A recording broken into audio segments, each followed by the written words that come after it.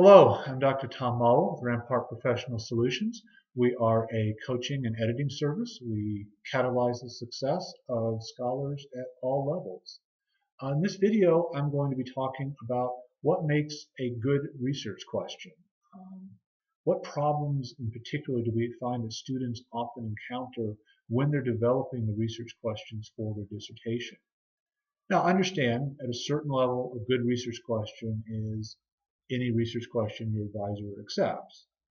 But the idea here is to make your advisor really happy with that research question and to believe that this is a good project, and especially as you go forward as an independent scholar where you're selecting your own research questions, you're selecting your own studies, you're going to want to make sure that you have selected something that could get published as a book or as an article.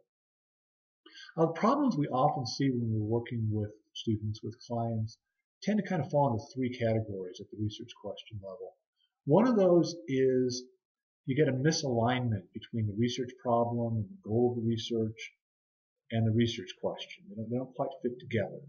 A second is when students settle too soon on a given research question, by which I really mean you pick an initial research question and then stick with it after realizing perhaps later that it might have been better to change to a different research question.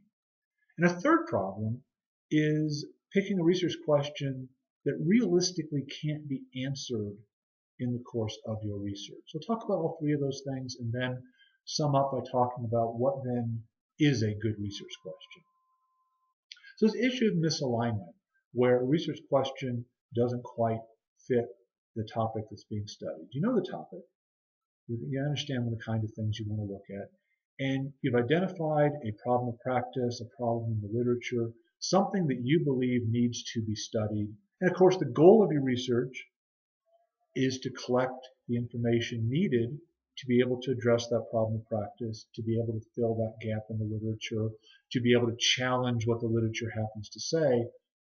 Your question needs to be one that is going to be able to usefully meet that goal. So I'm going to run a few examples through the course of this video in different areas that we can talk about. First of these examples is a project that had to do with hiring. The problem they were looking at was that institutions weren't hiring the right people, they believe. And this is a problem because a lot of effort goes into hiring people. If you hire the wrong people, that has a lot of consequences. And at least the initial research question was going to be, are we seeing sort of defective decision-making processes as part of the hiring? And well, that's not a particularly good research question for a couple of reasons. One is that it's a yes or no question. Are we seeing something? Sure, almost certainly we are, and that makes for a real small section, chapter 4, when you're writing up your findings. But it's also not really quite getting at the question of, well, are we hiring the right people? Because that's the problem is hiring. It may or may not really be a question of exactly a certain pattern happening in the decision-making process of hiring. Second would be, let's look at physical therapy patients who are in an ongoing course of treatment and they're not following through on it. They're not doing their exercises. They're not doing their routines. Why is that? That's a problem because they're not getting better. It's a problem of practice. They're not getting better. Why is that happening? And initial research question suggested is, let's talk to the physical therapist. Let's see what their experience is as they are working with these patients. And the problem, again, this misalignment situation is that the problem is what the patients are doing. If you talk to the physical therapist, they're going to have a perception of what's happening, but you're asking the question of the wrong people, and maybe you're even asking the wrong question entirely. Well, let's take a third type of example we can run through this, which would be a problem of increasing illegal drug use, opioids, say in New England, which has been a problem recently. And perhaps the research question is, well, let's look at how this problem of increasing drug use has affected a particular community, where drug use has increased or something like that. And this is a little bit better alignment perhaps than the first two, but it's still not quite getting at, well, the question of increasing drug use. This is more of a question of sort of civic community, of culture, of what's happening in a town. It's really a question that addresses a different problem than just the question of drug use in and of itself. So all this misalignment, what needs to happen is to make sure your question is going to collect the information that you need in order to address the problem, which after all is your goal. Second problem that we see, second issue that comes up in designing research questions is when people settle too soon on a particular research question. As you start doing research, sure, you have an idea of what your research question might be, and unfortunately, in the dissertation process, sometimes students are asked to come up with their research questions very early. The advisor wants to, okay, so what are you doing? Here's your problem, here's your goal, here's your research question, here's your method. But you do need to be open as the research develops to thinking, maybe we need to constitute these questions just a little bit differently, shape the questions a little bit differently to better align with our problems and things like that. One problem we've seen is that someone picks a particular research framework that they're attracted to, that studied this in their research, that I really like this research framework, so I'm going to find a question that uses this research framework. And sometimes that works, but you really shouldn't be doing it in that direction. That's the problem we were seeing with this hiring and decision-making process. Was a particular decision-making framework that the student thought was very interesting, very innovative. This ought to apply to this, and then starts looking at, well, how can we apply this framework? What decisions get made? What was hiring decisions? What kind of staff are we hiring? What kind of nurses are we hiring? And it ends up being a little bit unworkable, perhaps. Maybe if the problem is hiring practices, maybe a different approach would have been better. A different framework, a different way of studying it would turn out to be better.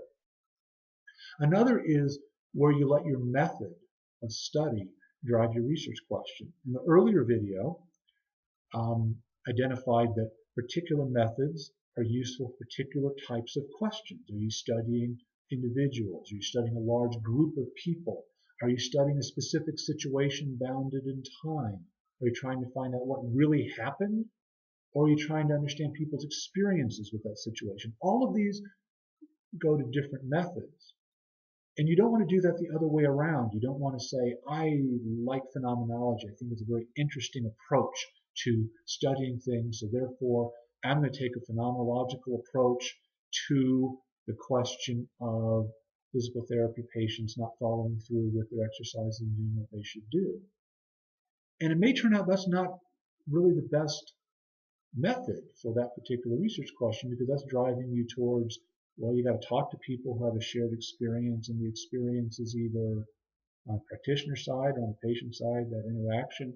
Maybe what you would need in this situation is more of a narrative. What's going on in these people's lives over a period of weeks or months that is leading them to not follow through with their exercises, with their course of treatment, or maybe even a broader picture of what's going on in their life that might explain this.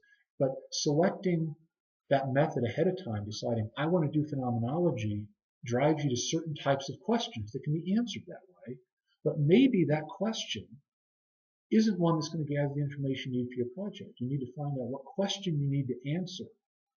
And then you select the method that you need to answer that type of question. And a third would be a research question is chosen. We want to study this. We're going to look at a particular town and what has happened due to increasing drug use. And in the course of your literature review, you come to find that there have been 24 studies on the impact of drug use on various towns and communities and things like that. And there's really not all that much more to learn. Your advisor may still be okay with it as a question, and that's fine. But as you're doing independent research especially, do you need one more study like that? But you may discover, while doing the research, that what people haven't looked at is what happens if a treatment facility is opened in a particular community. Some communities would have them, some don't. What happens then? How does that change the experience? How do people understand that? This could be a case study of the implementation of people's reactions, or it could be a phenomenology of a particular event. How does this happen? It could still be the ethnography of what happens in this town as it's impacted by this changing circumstance, this new thing that has happened in the community that now maybe makes a difference. So it's important to not settle too soon in the research question, be willing to change it when necessary. The third problem we see is selecting a research question you just can't answer. So talking about this town, you're going to study the impact of drug abuse in this town.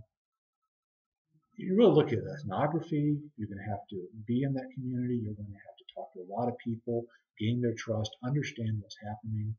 Is that something you can realistically do? Do you have the time? Do you have the context? Do you have the skills? Do you have the positionality to be able to do this in a credible way? And the answer very often maybe is no, and that's not a good question then for you to pick. There's nothing wrong with the question. It's just not a good question for you. Or questions that bring up a lot of positionality or ethical issues. And these can be worked around if you maybe adjust the question a little bit. So seeing people who want to study their own institution, the staff at their own institution, their own patients, their own students. And this creates a whole lot of positionality issues, which maybe the IRB will approve, maybe it won't. But you really don't want to get to the dissertation defense not having any idea if the IRB is going to be okay with it. It may be better to study a slightly different question that doesn't raise quite so many issues. Or you have a question that, in a real sense, isn't even answerable. Are we hiring the right staff? Are we hiring the right nurses? How are you ever going to come up with an answer to that question? Even if you're hiring people and they're not working out, doesn't mean they weren't the best people available to hire. Or if they are working out, as they seem like they're good hires, maybe they were better hires that were out there. You're just asking a question that's not able to be answered. Is, are we hiring the right people? And you need to nail it down to something that's a little more manageable for you. So then what is a good research question?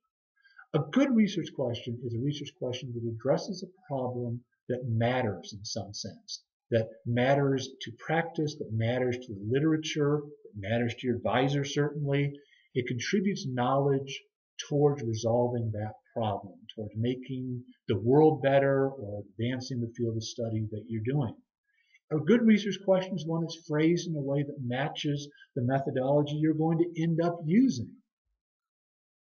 If it's an IPA, you're going to need a question that is saying, how did people experience this? How did people react to this? Not what really happened. If you're trying to find out what really happened, you're probably looking at a case study, perhaps. And let's look at all the different frameworks of this and all the documents and everything else and try to find some element of truth through blending these perspectives. So you need to phrase your question in a way that matches your methodology. And then finally, a good research question is one that intends to build upon or challenge accepted knowledge in a useful way, but that is open to the possibility that you're going to find out something you weren't expecting to find. If your example of probably a poor research question would be, why aren't physical therapy patients listening to the instructions that their physical therapists are giving them? You're assuming an answer. They may be listening to them. Or why don't they want to do? They may want to do this, they're just not. So you need to have a question that's open enough that you don't know the answer. Because if you already know the answer, it probably isn't actually a good research question because people know the answer. So find a question that addresses something that matters, phrase it in a way that meets your methodology, have your question be aligned with your goals, with the theme of your research, have it be something you can actually accomplish, and always be open to the possibility that you may come up with something unexpected as you go through the research design.